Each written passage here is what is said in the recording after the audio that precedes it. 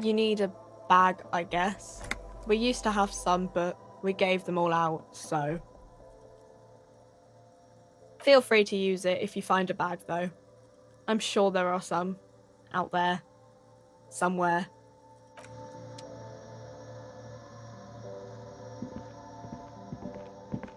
A colourful display of cigarettes and alcohol bottles line the shop wall, inviting you closer. The bottles wink at you in the light. The smokes too glitter in their wrapping. It's like looking into a kind of heaven. Your knees are weak. There, in that dark green glass, all in vain. The great flowing river of warmth, wine, alcohol, beer, alcohol, love, alcohol. The beauty, the truth, the poetry of it all. I'm obliged to inform you that both alcohol and cigarettes damage your health, but I guess you already know that. No, Frit only sells legal drugs, like the law says. The pale-aged vodka is special, I guess. It's stored in pale for a couple of years, which makes it super expensive and super strong. You know. I mean, I already said it'd hurt you. I don't know what else they do. Substances give powerful bonuses to your main stats at the cost of damage to your health or morale. Cigarettes raise your intellect while damaging your health. Alcohol raises physique while damaging your morale. Use medication, like Nosafed and magnesium, to counteract the negative effects of substances. You see several packaged raincoats filled.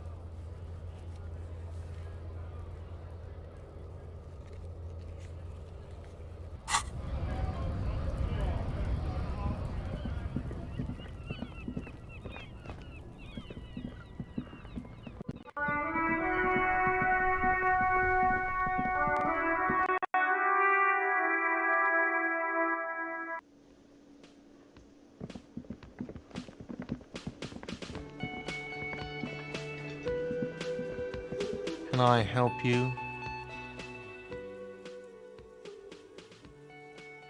God. Oh, but he should be. Lay it on him.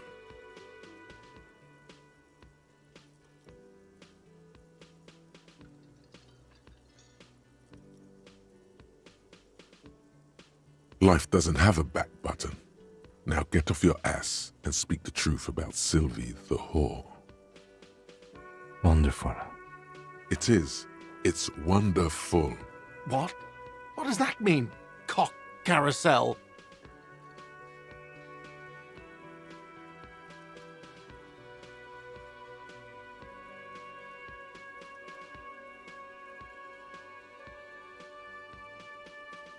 Huh?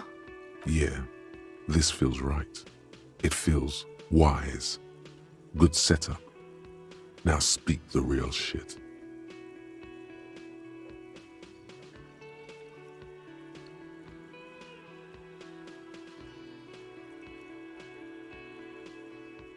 God, does it mean you talked to her? What else did she say about me? What else do you need? He looks at you, spinning your arms, then leans on the corner and sighs. His head drops between the shoulders, heavy and defeated. She broke the bird, you know. The great skewer. I found it on the ground with a broken wing. On the morning she left. I should have known. It was her way of telling me to piss off. I should stuff it up my arse. Or you broke the bird. It can also be that. I think Sylvie even. Yes, The bird is connected to this. It's a symbol of hope, and she broke it. Huh. Cock carousel. I think I understand now. That's what they ride until, like, 39. They ride the cock carousel until the clock runs out. Here, have the rest. Now, let me have a drink and think about this shit for a moment. On my own. And there we have it. Isn't that beautiful? Another situation fixed by Dr. Love.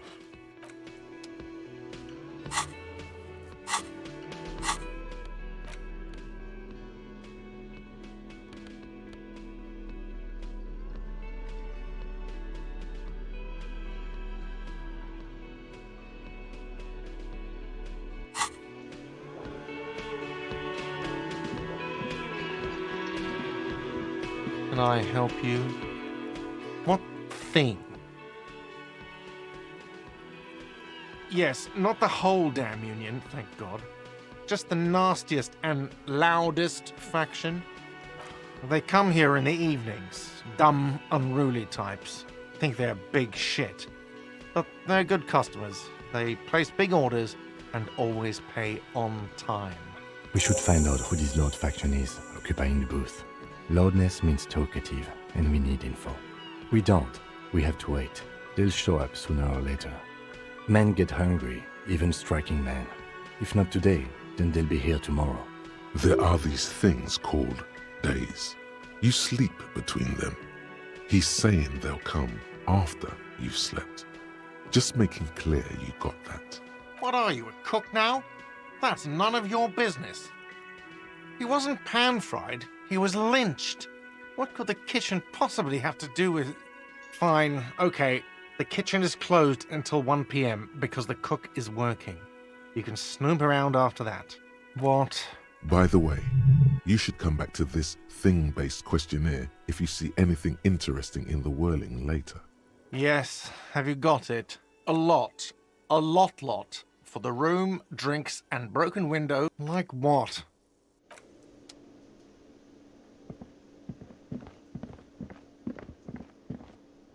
Hello again, sweetie. Yes?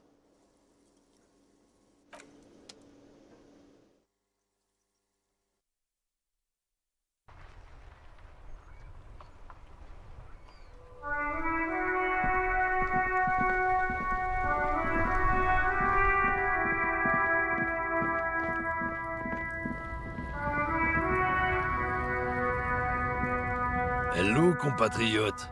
You have something to discuss?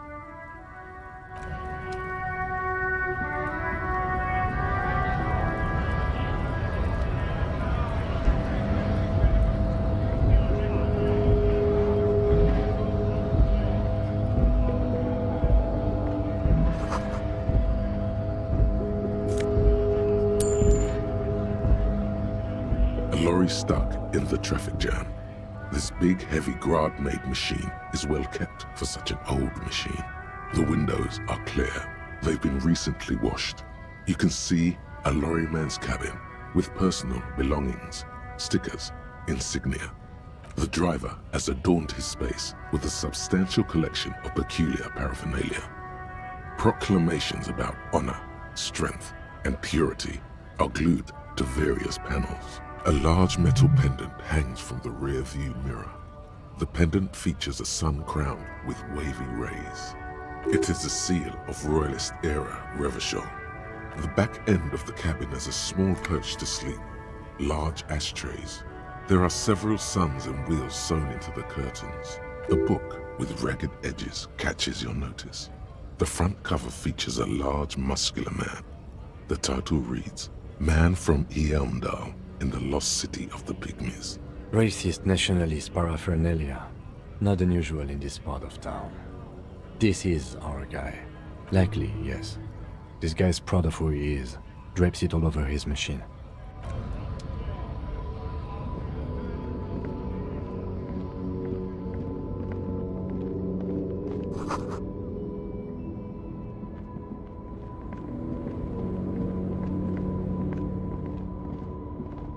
An old monument stands in the middle of the traffic island, pointing toward the sea. It looks as if it's been reassembled piece by piece, secured and mounted in the air with the aid of numerous ropes and rods. A silver plaque on the statue's pedestal reads, "I am Philip III, the Squanderer, the greatest of the Philippian kings of Revachol, son of Philip II, the opulent, father of Philip IV, the insane." As you look up, you notice something about the statue. There are some odd indentations on the king's chest piece. Something with great kinetic energy seems to have impacted the cuirass, around where the heart is. A bullet? Someone shot him in the heart. Interesting.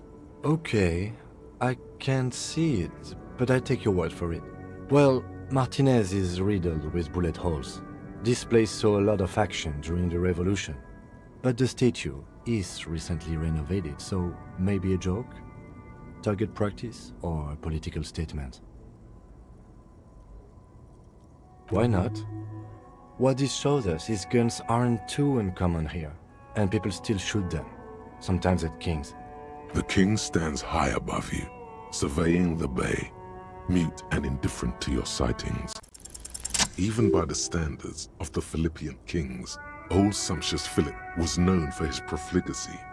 Well, he blew through the whole national treasury, starting the decline of one of the penultimate century's greatest superpowers, the suzerain of Revachol. His own maladministration foreshadowed the fall of the monarchy. During the anti-centennial revolution, an end to his family line and the monarchy on the Insulindian Isola. Stories have it that he had his bedroom converted into a treasure chamber, where he stored unfathomable wealth. Krugerrands, bars of gold, ornate weaponry, armor, and various chalices. He called it the Sol Auron. It was obscene.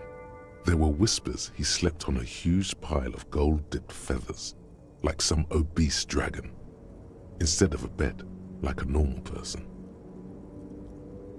But wait, you haven't even heard about his fabled cocaine addiction. You see, old Philippe wasn't just good at squandering the national treasury on gold and ceremonial weaponry, he was also a prodigious snorter of nose candy. That's what the revolutionaries said 150 years later, right before they emptied out the royal mausoleum and dumped His Majesty's mortal remains in the Insulindian Bay. Cocaine. His Majesty's courtiers said it helped him connect with the higher realms beneath the cold waters of the Insulindian Bay, thrown there by the revolutionaries after they cleaned out the royal mausoleum. The original was blown apart by communards, then further damaged during the landing of the coalition's airships during the turn-of-the-century revolution, when Martinez was leveled.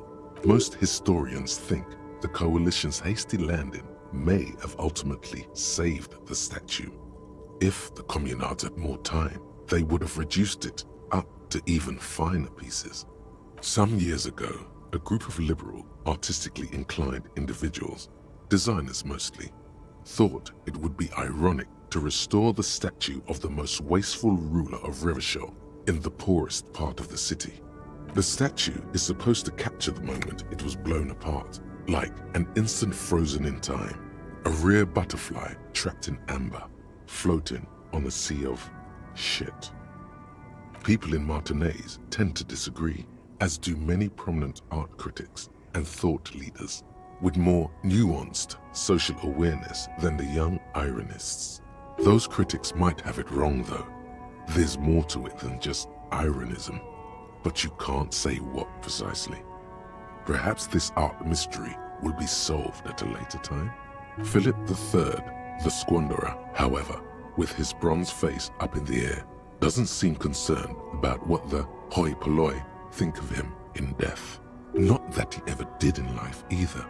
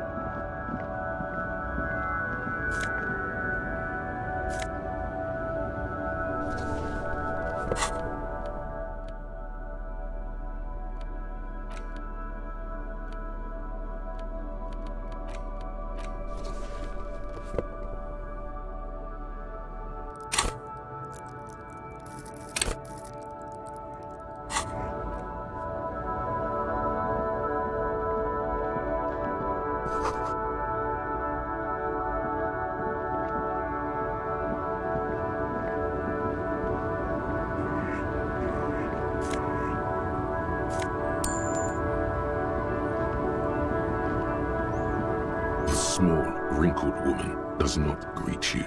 She nods along to something on her radio. A photograph is clutched in her hands, and there is a warm smile on her face. The photo, an ambrotype from the turn of the century, as golden as her smile. No response. Wherever this woman is, your words fail to reach her. Wait. She's just a distracted old woman. Better to leave her alone. Why? I just told you why.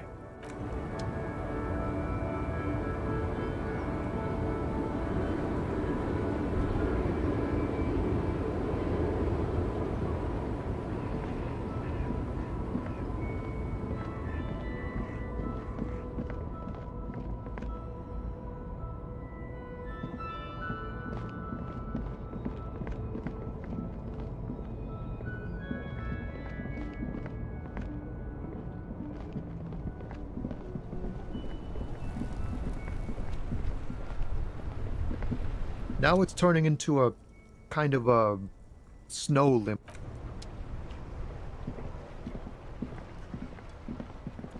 I can't believe it felt like...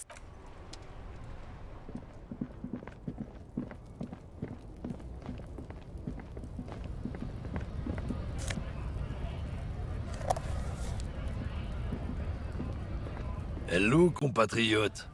You have something to do? Oh, not much anymore. Apples. Apples is exactly Fine.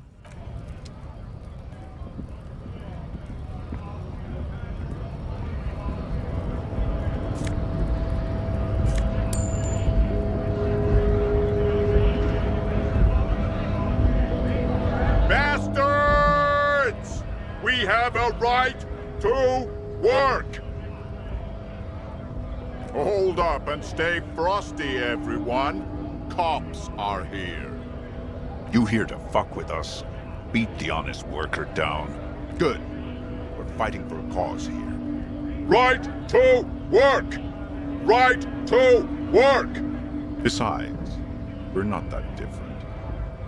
It helps if people see us talking, cops and strikebreakers together. Shows authorities are on our side. Builds confidence. Might be time. Don't let the fat bastards tread on you. Cops tend to side with the higher-ups, but you're essentially still workers. I don't trust cops, but I can see you understand the right to work! Right to work! Rights of people, rights of workers, to have gainful employment, to make a salary, and feed their families. His manner of speaking is wooden, the tone of voice bland and uninspired, almost as if compiling replies from a set of learned phrases. Maybe you should ask them the questions, like why we're not allowed to make a living here. Shame on you! We have families to feed, you piece of shit. So do we, Scott.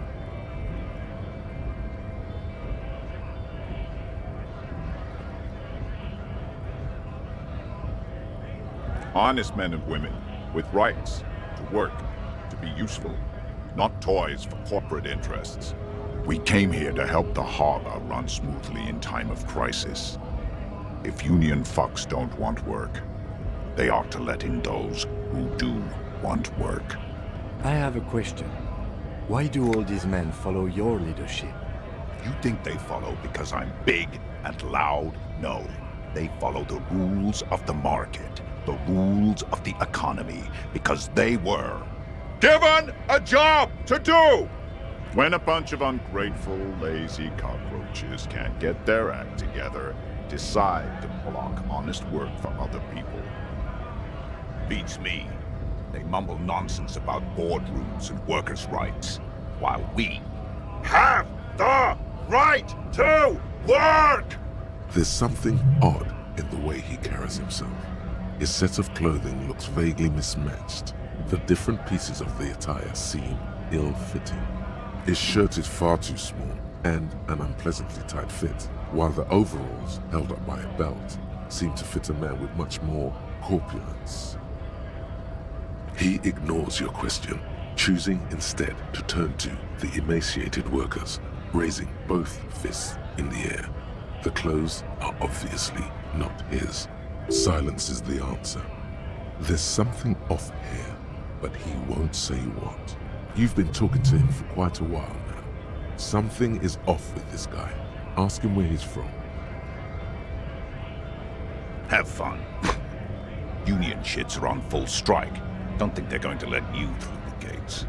Right to work! It's shameful. Cops doing nothing. You should bring backup. Open up the gates for us. Blockading gainful employment for workers is a crime. We are not picking a side in this just yet, sir. Pity. Let us work! What's it to you?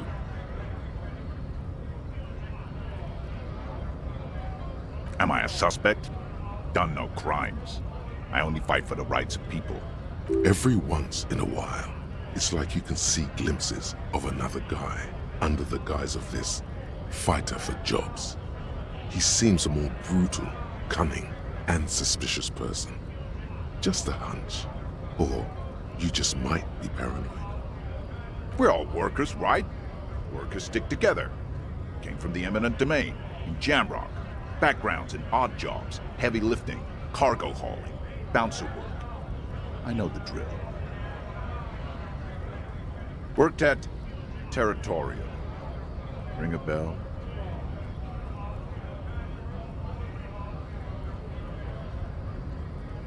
We're done here. I have a strike to break. Right to work! Right to work! Things are busy enough. You're going to waste less of my time? The hulking man oozes stark skepticism. We were promised work. We'd be in there, working, if the bastards hadn't shut the gates. Main gate's locked. Would take heavy ordnance to bust it open, and try to get in through the secretary's office. Door's locked. The guard's blocking the way to the access panel. And I don't mean the scrawny mess punk either. I mean head measurer, or whatever he is. Huge Seminese guy standing up there on the overhead passage. Won't let anyone by. The access panel is right behind him. Bad. Standing on a narrow bridge, he's got a strategically advantageous position. And he's trained. I don't know how the Union has a trained killer up there. But that one's no joke, and my men are tired and hungry. They're workers, not fighters. Like civilized folk, you mean? These native fucks don't understand civilized. It would be better for the neighborhood if you went home, at least for now, if you can't get in anyway. No! They will give up eventually. Or get drunk. Leave the button unguarded. Then we charge.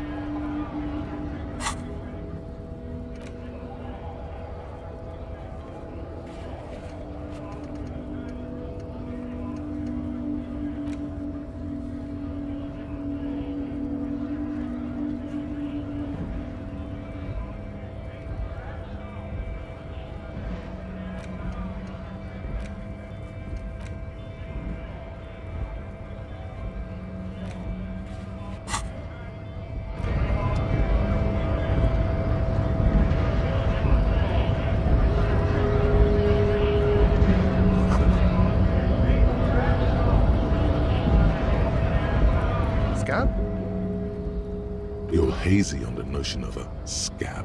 Smells like politics, though. Maybe it's got something to do with the flask he reaches for from time to time. I was just messing with you. No one's ever seen a cop scab. Imagine, you cops going on a strike, but then another cop comes in and says, "Let us cop for less money." Speaking of, what brings the RCM here? To the Wild North? Come to see the strife?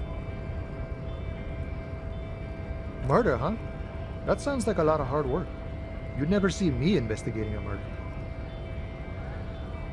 Of course, Policia. It wasn't me. You can rule me out. Easier that way. He didn't do it. It's the truth. My friend, I respect the right to roam. The open range awaits. I don't operate in that capacity. I'm not a granter of passage. The passage grants itself. If it's so simple, why did the scab leader warn you of the guards blocking the way? Aye. Walk right past Measurehead and go in. Yeah, the 2.5 meter tall Semini Supremus is there. Walk right past him, then press the button to unlock the door, then go past him again, and you enter the arbor through the office. Está. Don't worry, I'm sure it's not completely impossible. For example, you could best Measurehead in a physical confrontation, or you could convert to a Semini Supremacist worldview. Or, maybe it actually is completely impossible. Sure. Sure thing, my friend. I can help you out. The coin lands into your hand as if it has always belonged there. Always glad to help out the RCM. Shame I can't do more. Things are meager at the moment due to, the winter's fat is slowly running out and all. Still better than scabbing though. Nothing to worry about really. The jam's a bit of a mess, cargo can't get in or out. The rationing is a bit stricter is all. Supplies should last the strike though. Aye, you lost me there, Honcho. But it's okay as long as you're not a sorry-ass scab. Serious business. I'm sure the big boss will be glad to tell you. You'll have to ask him first. He's a chatty guy. Wants to talk about the strike too. Just can't break the command structure and tell you now. Murder, huh? That sounds like a lot of hard work. Probably not. I wouldn't even know where to start with that. Much better here at the harbor, for an honest union man like me.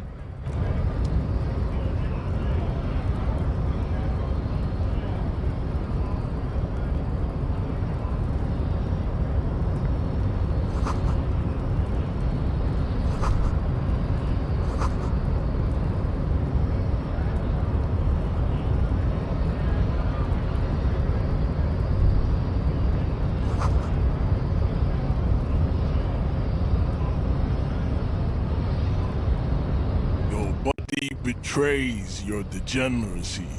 Yeah, Measurehead. His body totally betrays his degeneracy. Are you admiring my morphophysiology? It must be frightening to stand in the shadow of this racial pinnacle. Be calm, Sandwich. You are not in danger. Because you are not a threat to me. What is this androgynous display of sexual maturity? Merely standing up makes you sweat profusely. Your breathing is erratic. Your own heartbeat in your ears grows frantic, and you feel your blood pressure rise. Stop it! You are embarrassing yourself in front of this woman and your pedomorphic friend. This display of weakness may appeal to older women with a stronger maternal instinct, but it is a liability here on Battlefield Martinez. Jean-Luc, his body is betraying his degeneracy pretty hard. Maybe you can ask him to leave.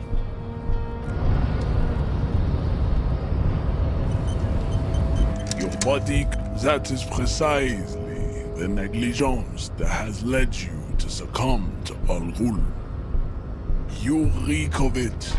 An invisible sword of Al Ghul emerges from your throat. You cannot see it, but others can. It is making the woman in my company sick. No, you don't. You need to get another drink. Occidental Haplogroup B4 is done giving orders around here. The influence of the ham sandwich race is waning. Does this remind you of someone? The guy down there?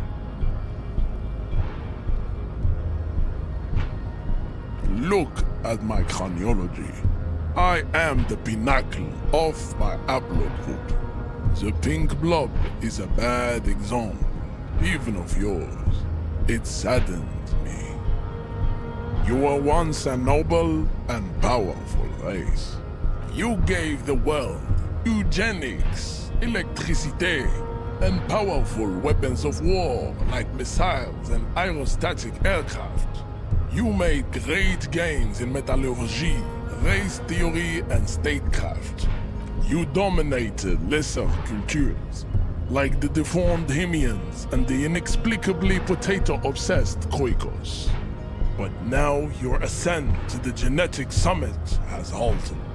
You are obsessed with sadness and with frivolous pop culture. You will be superseded. Isn't that right, babe? It is, baby, yeah. You know it. There is a button right behind him, just out of reach. It must be the one that opens the door to the harbor.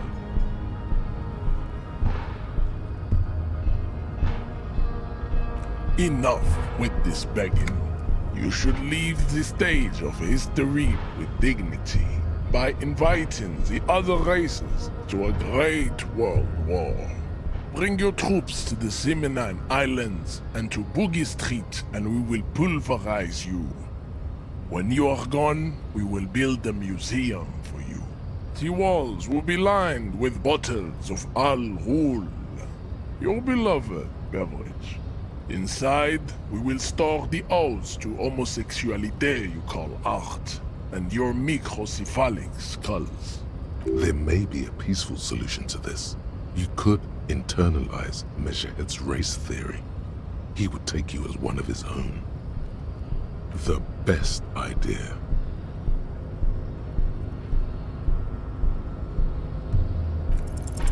Ask what kind of races there are first. Classification is core to this stuff. Do you? The lieutenant looks toward the harbor's electronic door, and then to you. He lets out an audible sigh. You are obviously a liberal, Sailite. A polyculturalist. I can see it from your love of microtechnology and your sartorial choices. Do not deny your friend the truth you have denied yourself.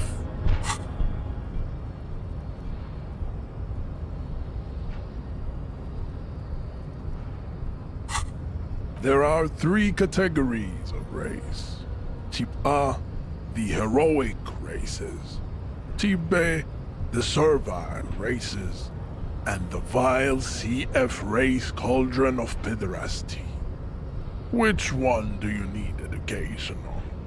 Type B are the unheroic races. Amorphous non-competitors of the great race. The Khoikos and the Vacholier. They are mud-colored people. The Khoikos of Grad, Yugo, Zhimsk, Shest et al. Are what you would call white, officer, in a suspect description.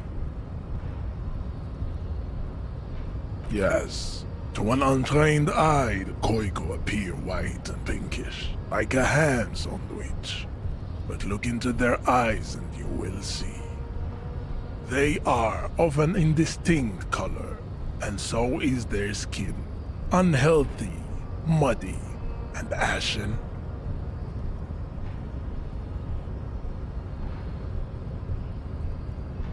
Pinkness is a racial quality that has to be earned through centuries of advanced ballistic warfare and cultural domination that the Grad people have undergone for drinking Al Ghul and smoking the degenerate tobacco herb, and for eating potato. The Khoiko, the countless micronationalities of Grad, are all inexplicably obsessed with potat. The only thing they like more is dividing into microscopic ethnostates, like political amoeba. Wouldn't he be one for ethnostates? They are microscopic. The Semeno-Areopagite superstate will cover the entire remaining planetary crust, uninterrupted. From Holy Semenine to the Boreal Plateau of Katla.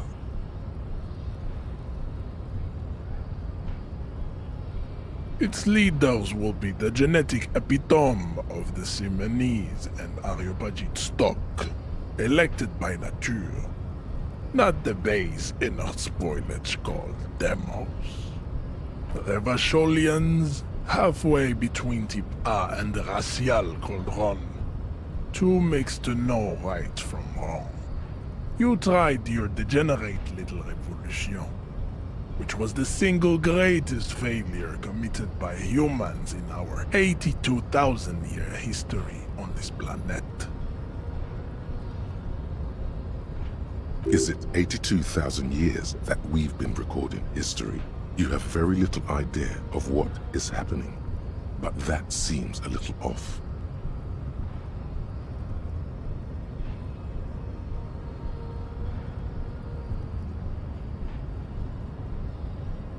The mysteries of the people of this planet are a tragedy that has played out countless times over, like a fever dream of skin, hair, and bone. Wake up, naive Chespius. The revolution came to Ravachol from Grad, in Zarath-ridden potato carts. It is literally an illness. A prion disease that leaves the parietal and frontal lobe ridden with holes. A soft, sponge-like mass of dementia, hallucination, and paranoia. The revolution is fatal familial insomnia. A hereditary prion condition passed from the Khoikhoi to the Occidentals. But not sexually. Probably through trade routes and potate acid, the prime component of the potato plant. Enough of Tibet mediocrity. Those are the Simonese, the Areopagite, and the Occidentals, excluding the Maun, of course. The Maun are riddled with eczema to the point where they find it impossible to smile. They are all lactose intolerant, a common result of inbreeding. A receding genetic pool has led the Maun on reprehensible street parades. In Maun cities like Stadskanal and Vredefort, wearing wooden clogs on their feet and little green tassels on their hats.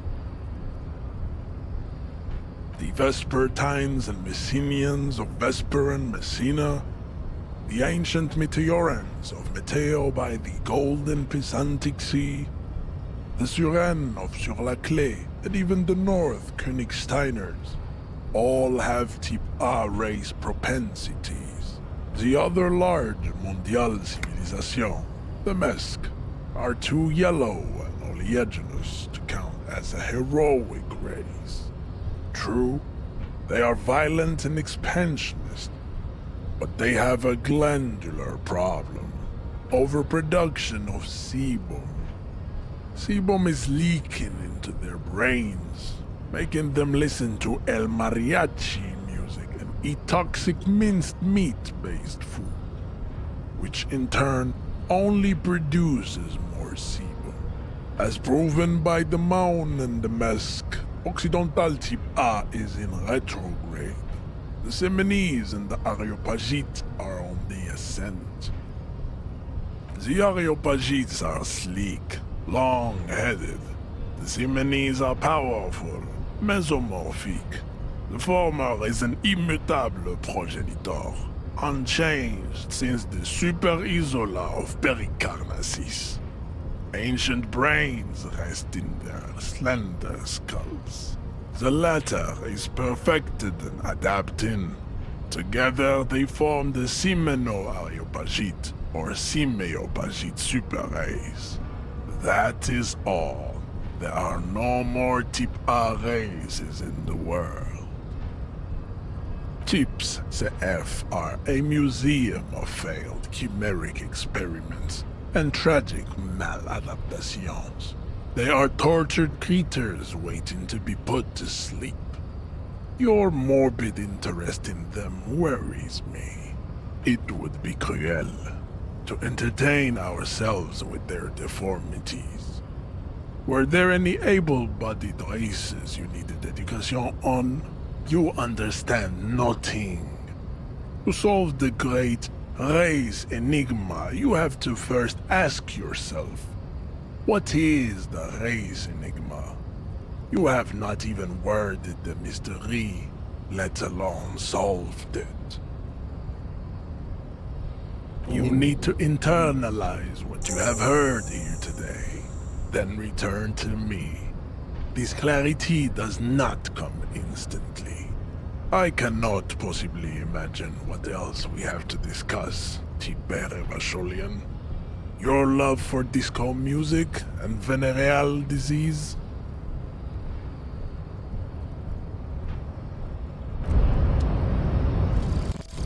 Hobocop.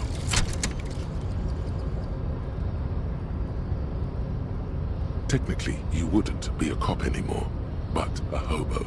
That would mean game over for the cop chapter of your adventures. But who knows where the hobo part takes you?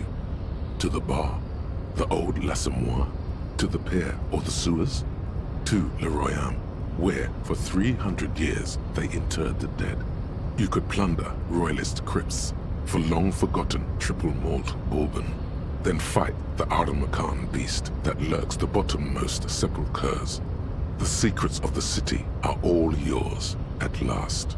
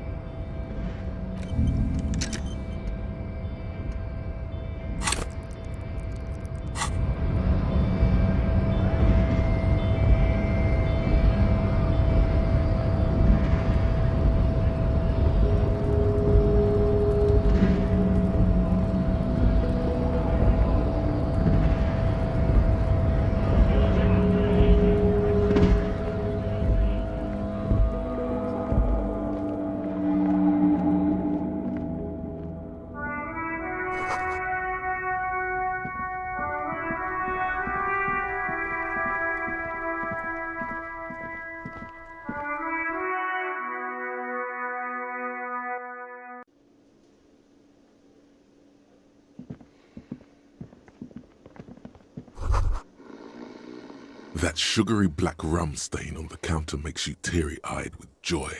It's almost touching how syrupy and sticky it is. How long have you been up already?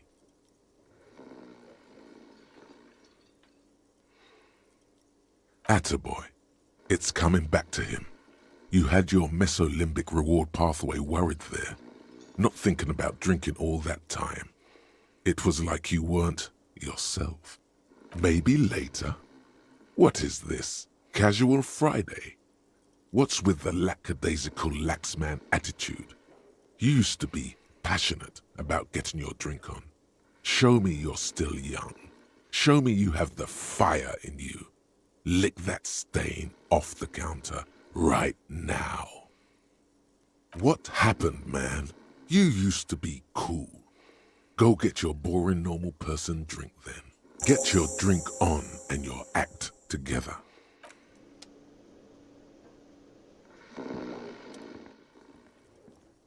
A colorful piece of plastic is dangling from his carabiner. On the counter, rolled out of his open hand, you see a blister pack of headache medicine. The man does not mind. You probably need them more than he does. You've just picked up some magnesium. This item is stored... It's a dock worker's ID, doubling as a shift card and a job permit. A young, able-bodied man stares back at you from the photo. Santiago S. John. Your fingers find their way into the shackle, flicking open its spring-loaded gate. The metal loop holds the plastic ID and a leather-bound pocketbook. The man emits a loud snore. Is he about to wake up? Doesn't look like it, but you never know. Better be quick. You find a black paper note with a woman's profile on it. Seems like this woman lived centuries ago. The note says 5 Real. It feels nice and greasy.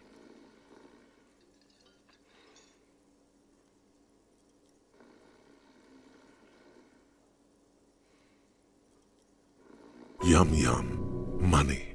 Think of all the things you can buy with this. The synapses in your brain fire with glee. The sleeping dock worker has little to say about your actions. He remains silent.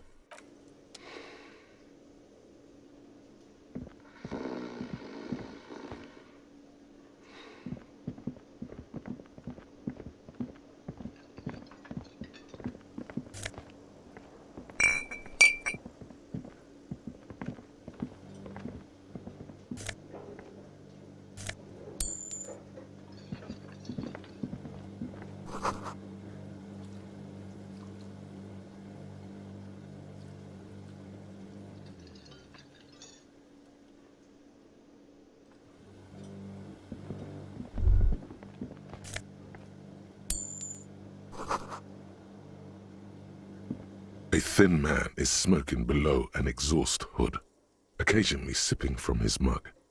This must be the Whirling's cook. As you step in, he nods toward the table and says something in a completely foreign language. The only words you can make out are Goranci and Kubek. Okay, it's definitely not his name.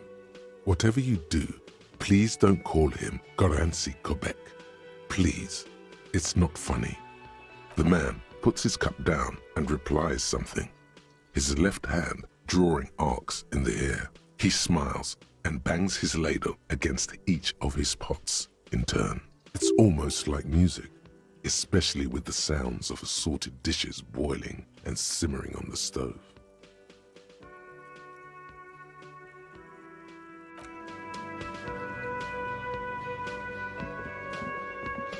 You see a heavy steel door with a prominent dimple lock. It's painted blue. You do? It's a door in the back of the kitchen. Why do you care where it leads? The winch. Outside. In the backyard. Remember? No? Well, if there was a winch, I suppose we could look into it. As if you say so, Gart is the person to ask about this. The cafeteria manager. The cobalt blue surface feels rough to touch. The stainless steel door is flush with its frame on every side. Old cobalt paint, rough on the fingers. 40, 50 years since this was painted maybe. It leads to a side building, adjacent to this one. The old building next to this, half ruined. Whatever is behind it must be older. The door does not budge. The man ponders his cooking utensils and gives you a little nod, acknowledging your presence. He looks up at you, then looks away quickly, shrugging and muttering something to himself. Shrugging is an international sign for, no, I don't know what's behind that door.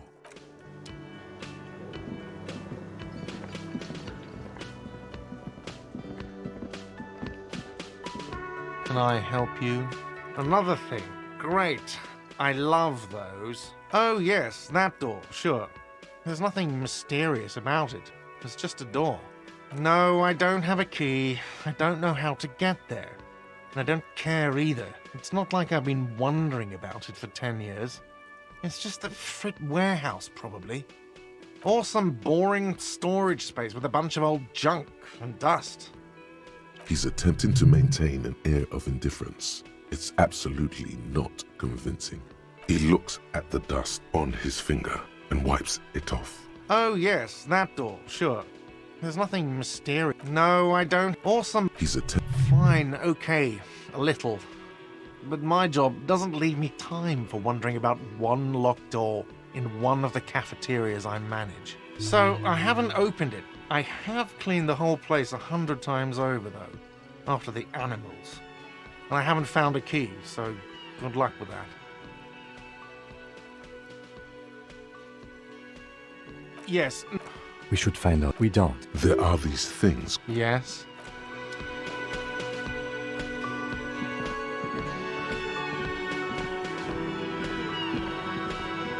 The man, he looks up, shrugging his...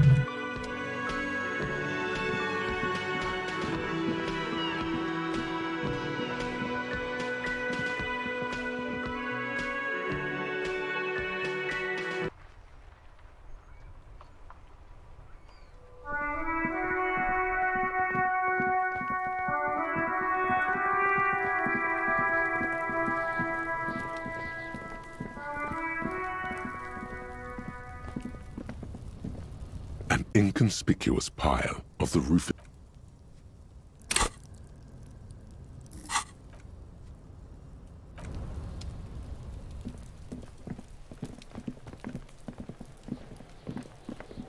There he still is, looking right through you with his white eye.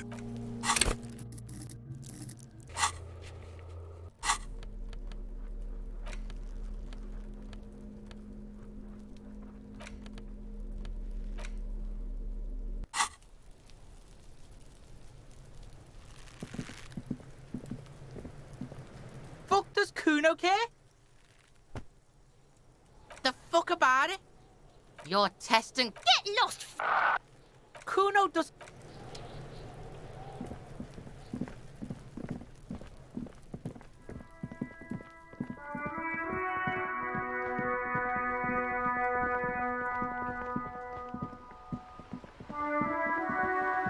Hello, sir. Step right in. The store is open. Are you interested in a new and exciting book? It's a bookstore, sir. We sell books, postcards, and some board games. It's called Crime, Romance, and Biographies of Famous People. Books? Postcards? Easy. Even a kid would know all of this. Don't be a fool. As an expert, it's your duty to tell what you know to everyone. Sir, are you okay? Okay, sir. I'll try to answer any questions you have. I hope they're about books. Crime fiction is about murders or burglaries or things like that, and the work of a policeman or a private detective who's trying to solve a crime and catch the criminals. Crime is what we were solving before this conversation began. And it's kind of like a puzzle too. You can guess who the criminal is or how the good guys are going to catch him. You don't look much like a policeman. Didn't mean to offend, sir. Sorry, sir. It's just that you don't look like Dick Mullen.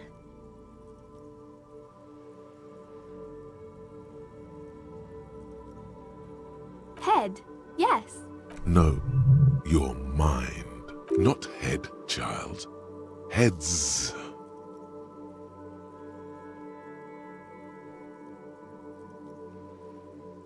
Isn't that very dangerous? Unlike you, sir. He's just a fictional character. He's no match for you.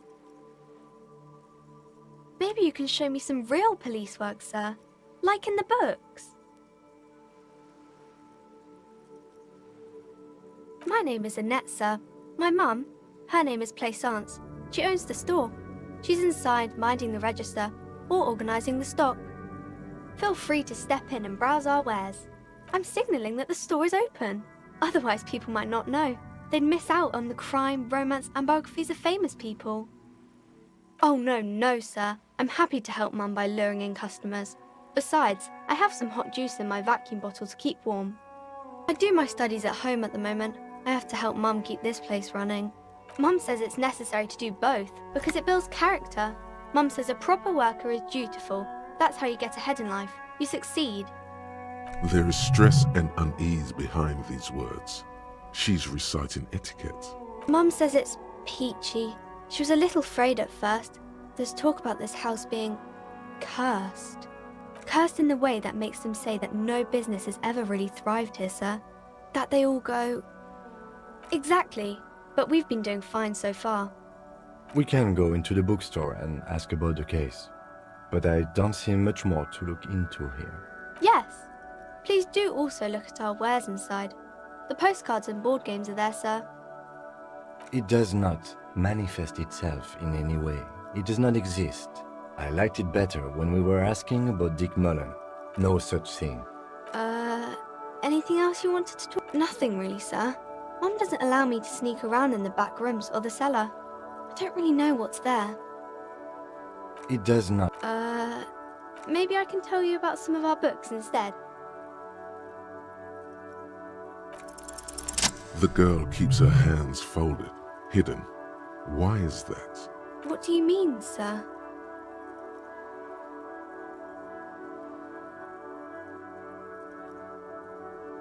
She looks around anxiously. Her hands remain folded in front of her. She doesn't want to show them. The lieutenant stands by, looking at the two of you with little interest. She brings out her reddened hands, her nails frayed, nearly chewed down to the flesh. And you knew this from me keeping my hands folded? Well, that proves nothing. Anyone could do an easy deduction like that. She nods, half provocative, half enthusiastic. Maybe so, sir. Okay, I know it's a bad habit, and I shouldn't.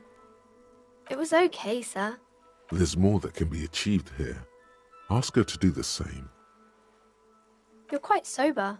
The lieutenant does not flinch at the comment. He does not flinch even a single bit. He is intensely not flinching. It takes effort. I'm sorry, sir. I hope things get better soon. There she stands, swaying on her feet, assaulted by the early spring breeze. She smiles at you. The whole situation suddenly feels familiar, somehow. There's something you're missing. It's the type of book where there's a rich lady and she has to choose between the good man and the bad man.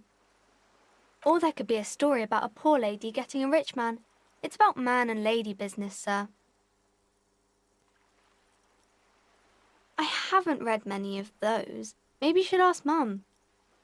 I don't think it's a romance story if the main characters break up, though. No, I don't know. Yes, she knows books, definitely. What was that? An idea for an unfinished novel stuck somewhere in your forebrain? It happens, but usually the guy gets rich in the process. Or should actually be rich himself, but has lost his family property unjustly, like during the revolution or something. Those are unhappy books, for most of the pages. People sad about what they have lost, but then it all turns out just fine in the end. These are not very common. You can't have a choice between bad and bad. Nobody wants to read a story like that.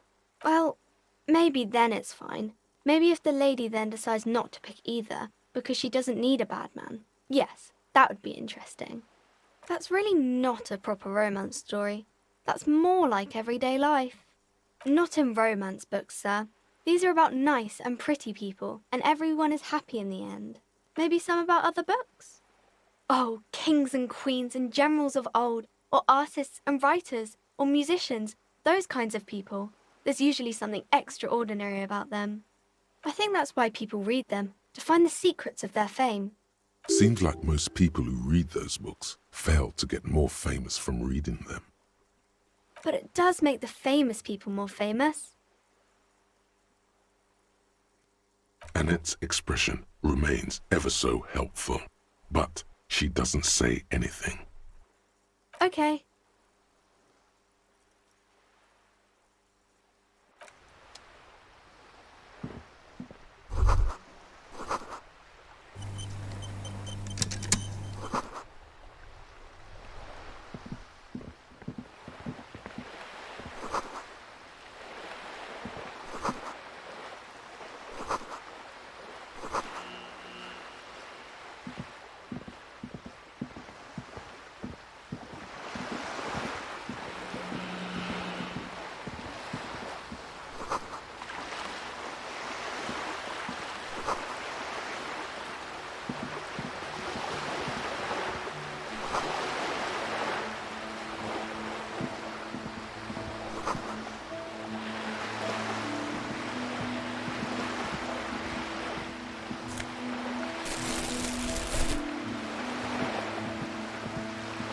This coin-operated viewer is facing southwest.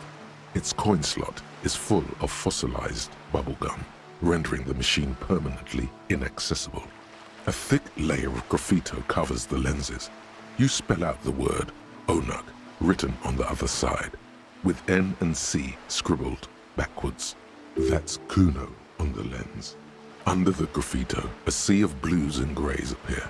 Behind the water lies a coast studded with concrete and reeds. On it, a church on stilts, lanky weather-worn wooden planks, an X-shaped cross topping its tower. You know this to be the star of Pericanasis, or the Cairo, the central symbol of the Pericanassian Church, a star, a great moral height to be strived towards. Around the large wooden building you see chunks of sea ice gathered on the beach, and a small tent set up on the ice. Probably some kids. A simple but clever solution to ruin in a coin-operated viewer. It took ingenuity. The metal feels cold and wet under your palm. It looks unhygienic.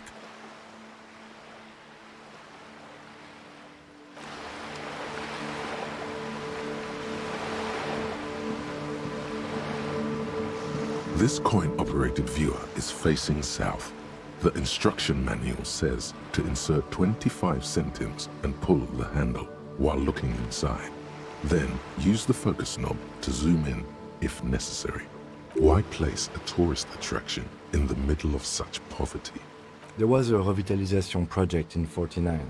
A design studio tried restoring Martinez to its pre-war glory. It didn't stick. They got as far as the street lamps and the statue on that intersection. Then something went sour. I suspect that something was Everard Clare, the union leader. He muscled them out. It's how it usually goes around here. That's odd. I could swear you were a police officer.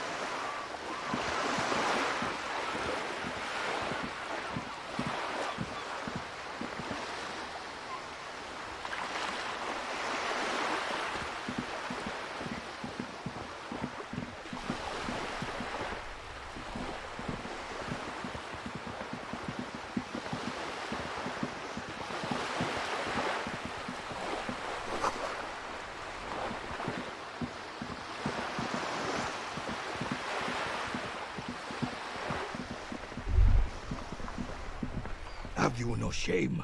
Whining about your back every time you bring out the measuring tape. René, you're a man with a fork in a world of soup. Please, let's just try to enjoy the game, all right? I'm trying to, but you keep breaking my concentration. You're old. I can see that. We're both old. Now stop grabbing your ass like it's a girl. These manly men are playing balls. This is a ball game. Grab a ball and play it. Don't ask questions. Shoot first. Ask questions never. No, you got this. There's the ball. You're the game.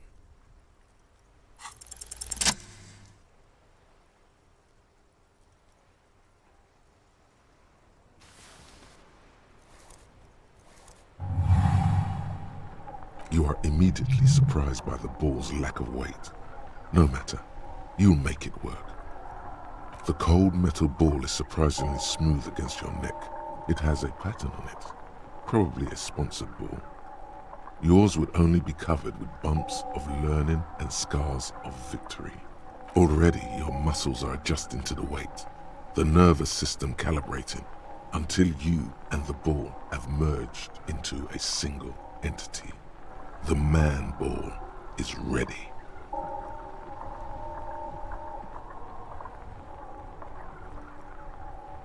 A chilly breeze ruffles your hair as you stand there, feet firmly planted.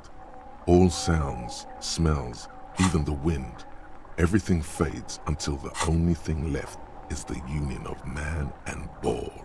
An embodiment of pure motion, a fine-tuned locomotor running at maximum efficiency.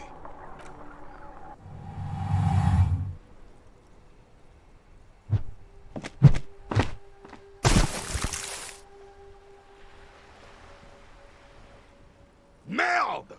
Bordel de merde! A whorehouse of shit? It wasn't whorehouse of shit. The shot was at least 23 meters, probably 24, and then some.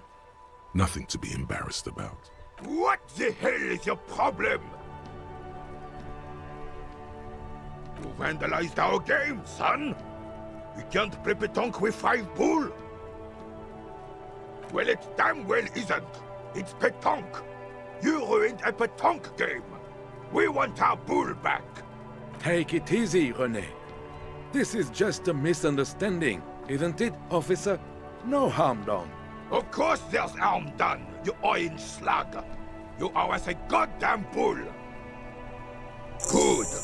Mistakes are forgiven, but men at least try to right their wrongs. I believe you will try. Now, why did you approach us? Yes, why did you come here? It's unlikely they know anything about the murder. You never know. He might know something. This is a good vantage point. Ah, yes. King Philip III, on his steed. A reminder of what Revachol once was. Oh, absolutely. At the mercy of a cocaine-snorting tyrant who emptied the treasury so he could sleep on a bed of gold. A superpower, feared and respected. A testament to what this country can be under the leadership of a true king. Someone who knows how to rule decisively, without fear of offending the sensibilities of the frail and weak-minded among his subjects. This is something the insurgents never understood. Revachol would be a different place if more people realized that. We could still be the... Don't get started on that again. What happened, happened. The Carabinier doesn't reply, but his entire being communicates unbreakable resolve. Oh, old Philip was a big fan of the purple nose candy the nobility loved so much. A cocaine connoisseur of sorts. His egocentricity is borderline legendary. You can't even take responsibility for yourself. How could you fathom the responsibility weighing on the shoulders of a ruler? That's why the Philippian kings use cocaine, for clarity of vision, to aid in their work. Regnum cocainum, Revachol's finest years. Of course. Clarity of vision. Awareness. Philip III was even brought into this world with the help of cocaine. The court made him administer the dose to his mother when she was in labor, and it is well known that with the help of cocaine, only the purest, of course, he was able to connect with higher realms. He's just making excuses for the king's habits, isn't he?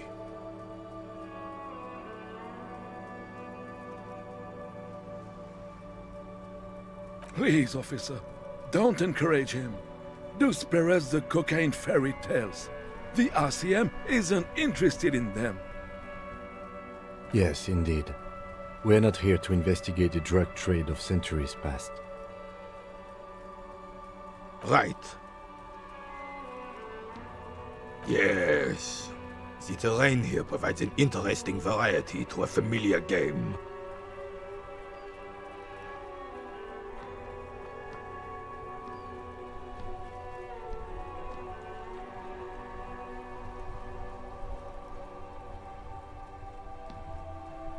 I do. Fire from heavy artillery. Why what? Because that's what happens when communards hijack your country, execute your supreme leadership, and turn your capital into a slaughterhouse. You use heavy ordnance to clean up your home. Sadly, no. It was the foreigners who brought them to their knees. We fought valiantly. Too valiantly. So valiantly we got licked. Should have fought dirty, like they did with their suicide sex cult propaganda and mad anarchist women strapped to shrapnel bombs. We didn't though, and we lacked caliber. God bless him, but the suzerain's cannons simply weren't big enough. It was probably a bit more complicated than that. This place is a damn beachhead, son! They didn't do it because they didn't like it. They had to soften the commies up first. Yes, the military coordinated amphibious landing to take back Revachol. Martinez was used as one of the 3 footholds in Revachol during Operation Deathblow in 08. The other 2 are off in Stella Maris and the Delta. This here is Blood Ground, where Coalition boots first made landfall and cleaned those rabid dogs out. Most likely, we're playing pétanque on their mangled corpses.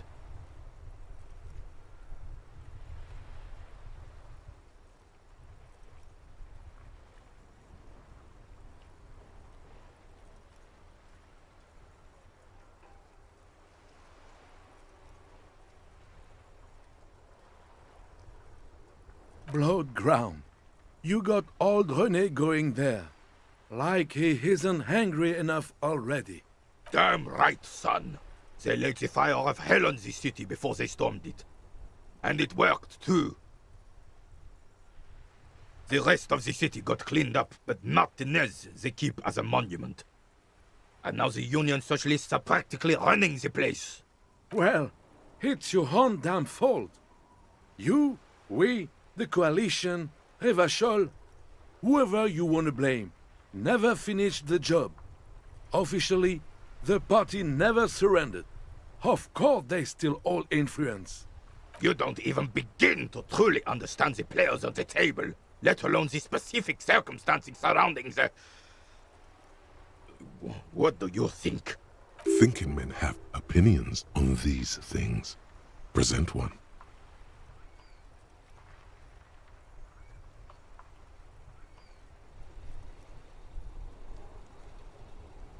I'm sorry it had to be them. After 8 years of fighting those hyenas, boiling cats for food and drinking piss in the mountains, I would have preferred if the Right Honorable King Guillaume returned through Revachol, or even if that damn clan Frisel had risen from the grave and led us. Sadly, that was not the case. Instead, all that is just, holy, and beautiful in the world was wiped away, and now it's neon signs with toothpaste ads everywhere. Foreign influence peddling garbage and stupid music on the radio. This is just what the commies wanted. This was their plan all along. This is what they wanted to replace the role of the suzerain with. It doesn't. That was 100 years ago. It had nothing to do with anything. The suzerain is the king. Has everyone forgotten already? They've forgotten already. It's no use talking to you. You were still in Daddy's balls when it happened. When we took our last stand against the filth and rode the cavalry straight into gunfire. Unfortunately, I don't. Unlike most of the locals, I have no qualms about assisting law enforcement.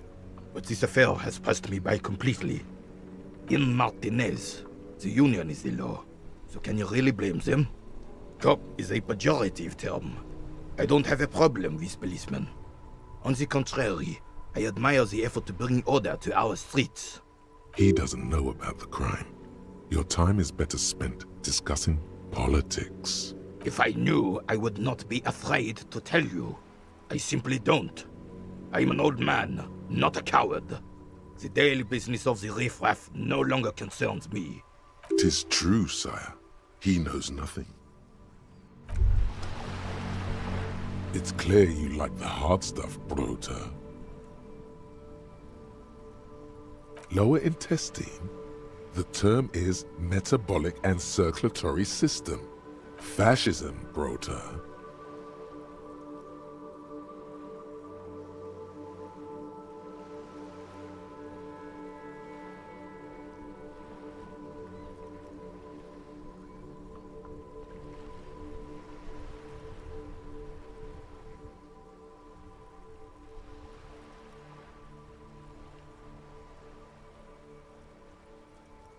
Many things, but it's mostly about trusting your gut.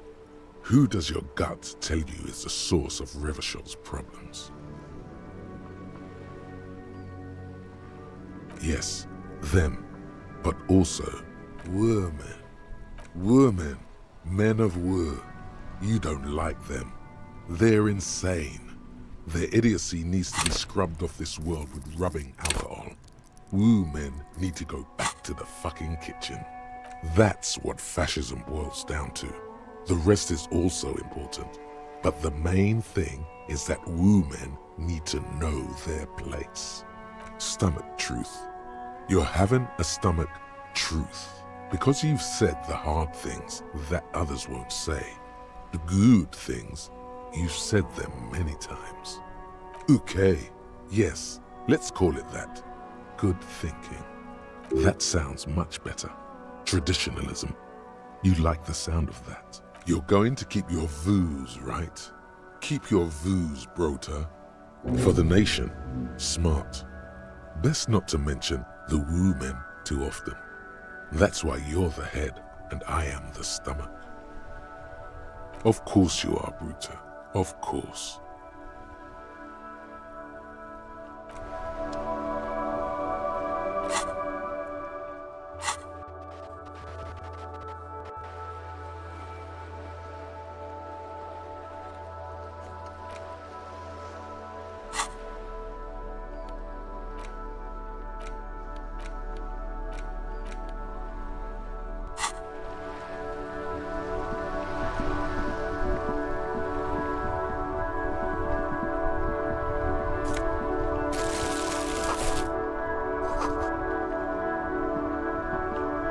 The worn and beaten wooden planks of the bench do not look overly comforting. We can sit on benches after we've solved the murder. Let's go. You can revisit the bench if...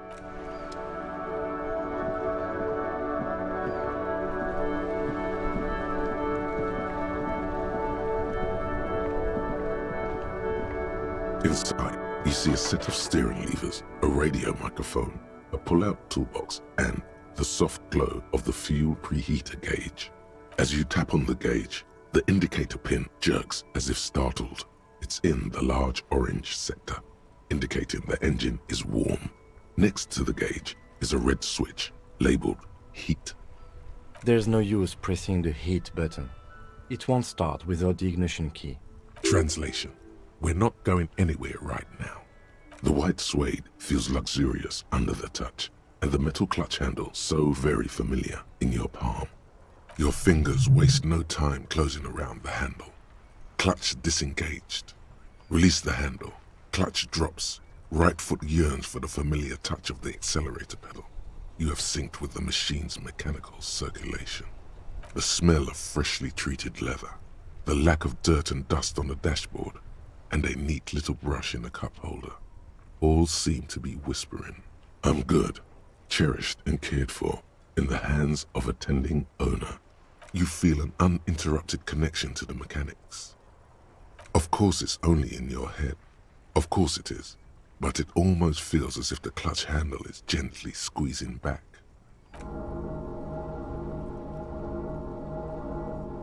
At the bottom of the sea.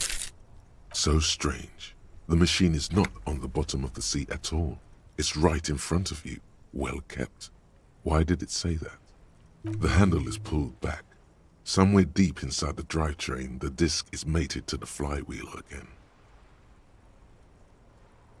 In the cabin, you see a set of steering levers. This is Precinct 57. How may I assist? Just a... 10-4, come in, officer. Over. Roger that. 10-10, over and out. This is Just a... Sylvie? Yes. Hello? Oh, great. What else do you need to tell? Yes, I know who you are. You're a police officer. The law. This exact conversation has happened before. Establishing authority before this young girl seems to have been important to you in the past. Don't go there again. Oh, no, I haven't, sorry. Real policemen have uniforms too, by the way. Where's yours?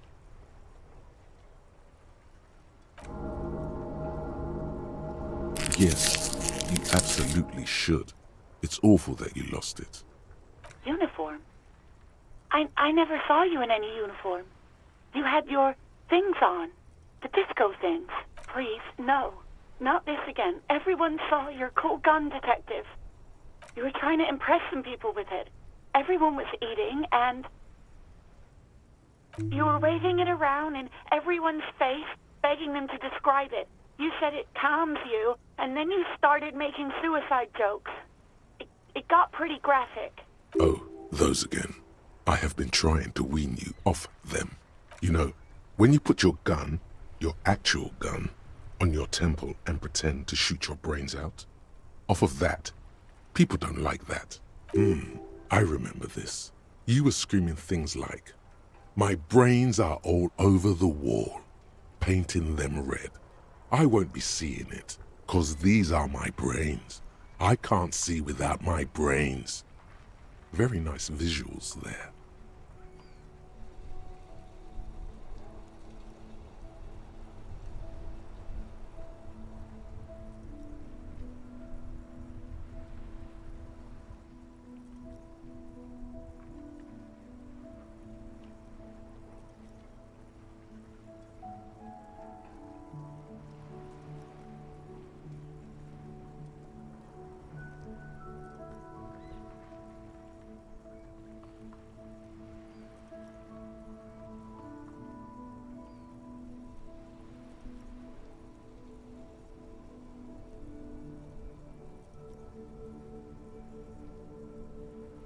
Me neither. No idea. All I know is next you were waving around money instead, saying things like, "Big bucks cannot lie," and "Guns can't buy money, but money can always buy guns." It almost looked like you pawned it. But believe me, I did not ask. You hear the call breaking up on the other. Anything else I get 50... In the cabin, you see.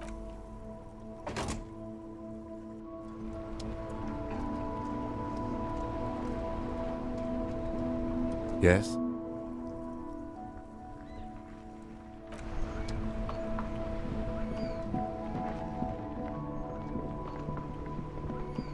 Hello again. Since the street signs there's the pier, the Cape Side apart, the harbor gates, some kind of commotion, I think, some shops and a bridge. The canal bridge leads to the coast, just coast. It's just water. No problem. She's very welcome.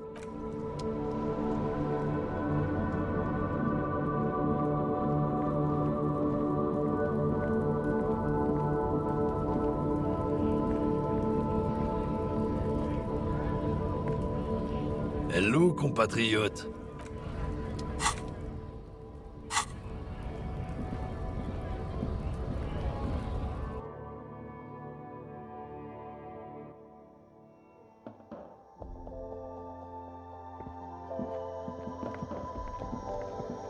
The tear machine stands in the corner. Your bottles clunk into the machine, and the money appears with a satisfying jingle. You're a richer man now. You're 100% sure you got special Hobocop money for that tier. At least 100% extra tier money. If the numbers on the machine told you otherwise, it's a lie.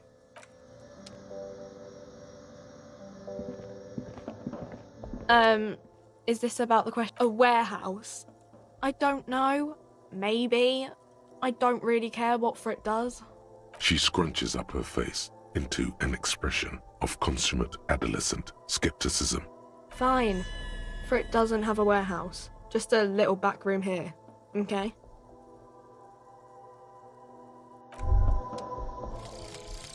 Advanced race theory. Everything is calm in the eye of the race storm. Your mind is lucid and bright. The mind-bending phylogenetics appear more distant and, to be fair, a little ridiculous. The great race mystery has cleared up. All that's left to do is verbalize your thoughts. Go and talk to Measurehead about your newly found insights.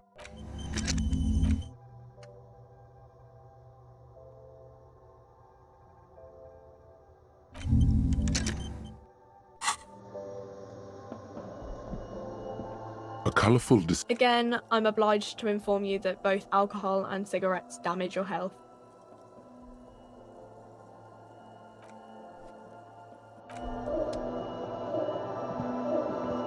A small cabinet on the wall is filled with various medicine bottles, nasal sprays, and blister packs.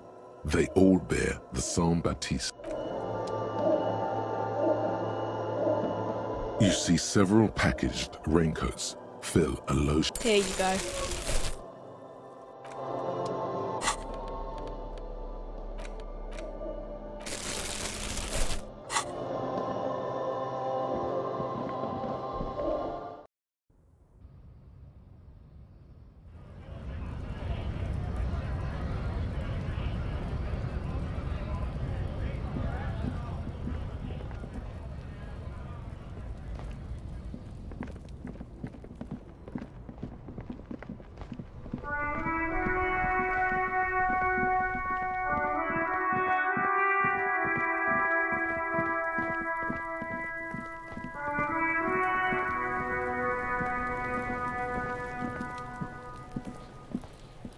There he still is, looking right through you with his white eyes. The body below is entirely activity. He's about to blow!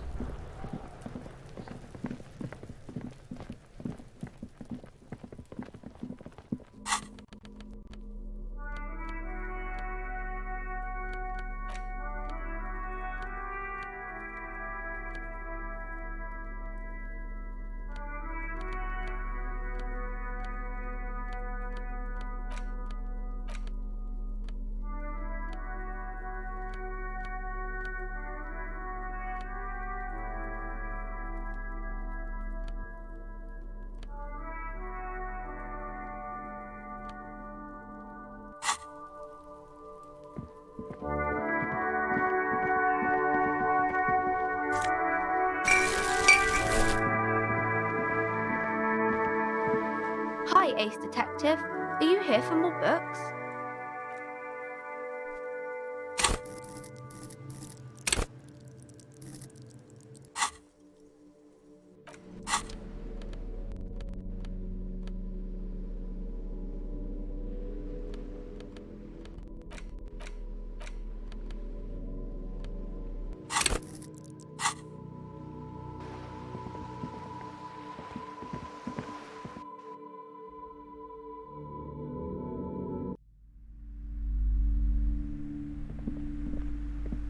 A small mountain of colorful board game boxes. There are numerous types of games for all ages. A lot of shelf space seems to be taken up by Wirral-related merchandise. An endless variety of source books, lore books, and codices litter the table. The topmost book is titled Welkin Compendium, 2nd edition. There's also a large hardbound tome with intricate cover art, The Hunters of Catawak, Boreal Creature Compendium, and a Pick Your Path adventure game book titled Tales of Wirral, Cavern of Velkrag. Books in a board game section? Who wants to read books? There's a box that says Wirral, 3rd edition Mega Setting Supplements Module. The side panel notes, a fantastique adventure board game, new maps and miniatures. A sticker on it displays 25 real. That price is steep, but then it's the 3rd edition Mega Setting Supplement, so it makes sense. Wonderful board games, sir. The Viticulturist is a classic for sure, or perhaps you'd like Archipelagos of Insulinda, a very educational game for those interested in geography. Raubritter is a fun game of economic competition, but can get quite intense after a while. We have games for the whole family. You can play with your children. Friends are technically like family. For playing with friends, I'd recommend Suzerainty. It's a civilization building game where you build a civilization, then set off to brutally colonize and repress other civilizations. It'll cost 12 rial. Lousy auras there. No, role-playing games are popular among those types. You know, who are into those kind of things. Personally, I don't like it. Not at all.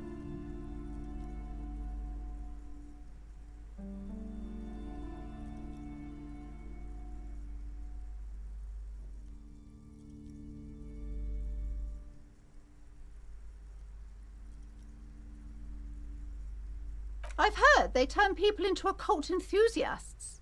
That they have rituals where they try to summon entities. Highly immoral stuff. You can still buy them, though.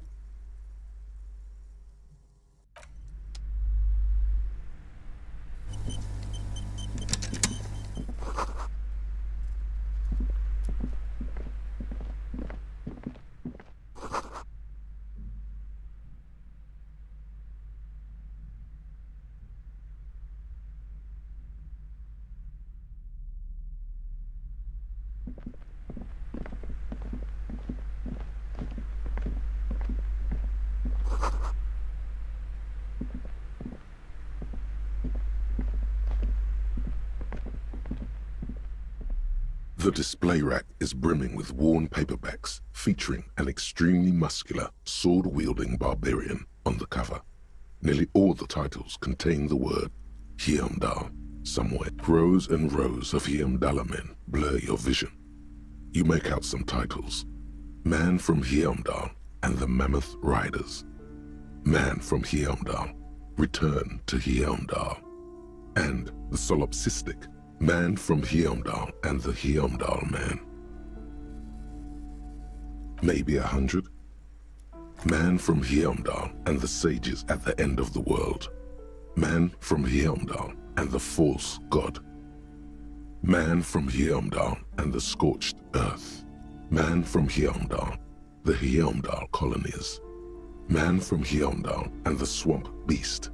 Man from Heimdall and the snow crabs. Not even close. Man from Heimdall in hell. Man from Heimdall and the forest of slaves. Man from Heimdall under the lake. Man from Heimdall, Heimdall burning. There's even The Trial of Death, a Pastanal combat gamebook set in the world of Heimdallaman, and so much more. A twinge at the back of your head makes you flinch. Your eye starts twitching. Your hand reaches toward a book with glossy cover art of the very muscular Man from Heimdall in chains, kneeling in front of a staircase leading to a throne. A woman sits on the throne, leering at the man. Between the throne and the Heimdallaman lies a bonfire, casting shadows on the wall. The shadow of the woman's headdress looks like a pair of devil horns. The title reads, Man from Heimdall and the Devil Woman. Especially those leering types who seem to wear nothing but an armored bikini. There's also some sort of a snake lizard beast slithering around her abdomen, chest, shoulder region. It's symbolic of vice and sin. The display rack before you is burdened under piles of Man from Heimdall novels. Oh, Man from Heimdall. A very popular series of adventure novels. They're awfully immoral and violent books. Blood and violence, scantily clad women, epic narratives, all those mystical things he encounters. They're bound to grab those with little imagination and nothing to do. What does it matter? They're all the same. However, the customer is always right, they say. If you're a novice of the series, I'd recommend Heimdallaman, the Man from Heimdall. It's supposed to be a good introduction to the series.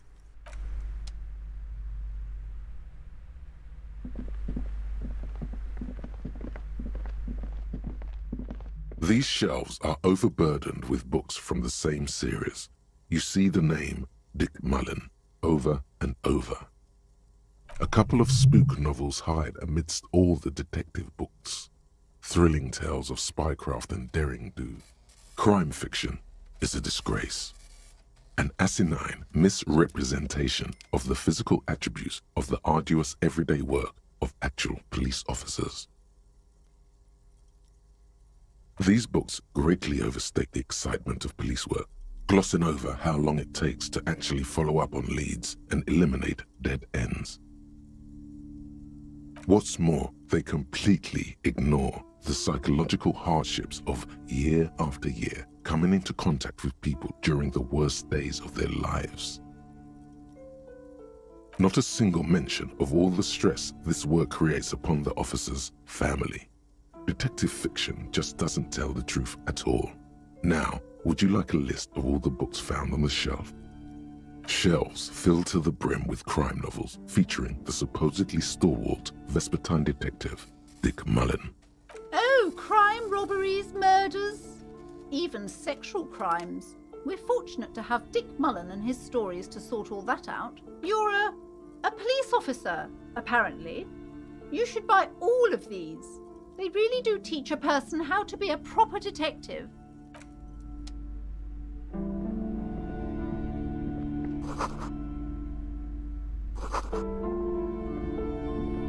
The plaque on the shelf reads, Biographies of Famous People. You see a large variety of names, none of which ring a bell. I would say...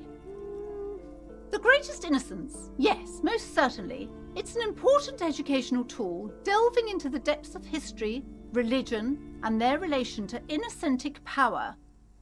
A very influential historical figure, but surely I don't have to tell you that. You're a law officer, and law officers have at least some education.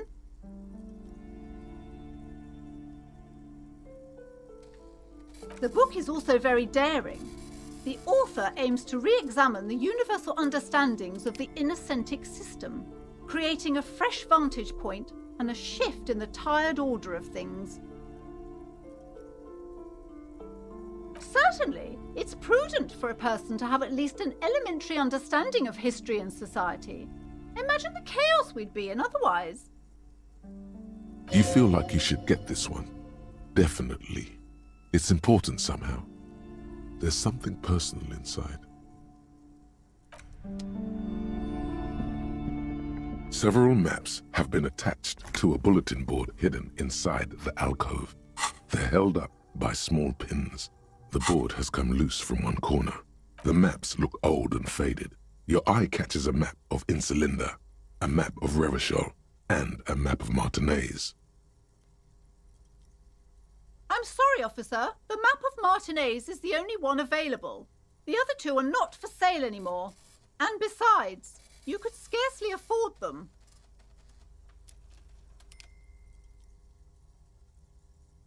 They're quite valuable, though they might not look it. The map of Martinez is 90 cents, though. That old thing. It's an out-of-date map of a tourist location that never was nor came to be. From when some design studio people tried to spruce the place up 4 or 5 years ago. They also renovated the horse statue, set up those coin-operated viewers, and designed the new street lamps. The place does not look like a successful tourist trap, does it? They didn't get that far, for some reason. A shame the project never got going. Would be nice if someone fixed Martinez up. All these ruins are bad for business.